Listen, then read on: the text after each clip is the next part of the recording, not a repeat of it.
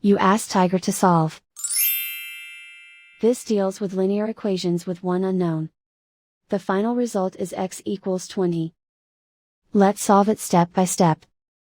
Simplify the expression. Find the greatest common factor of the numerator and denominator. Factor out and cancel the greatest common factor. Swap sides.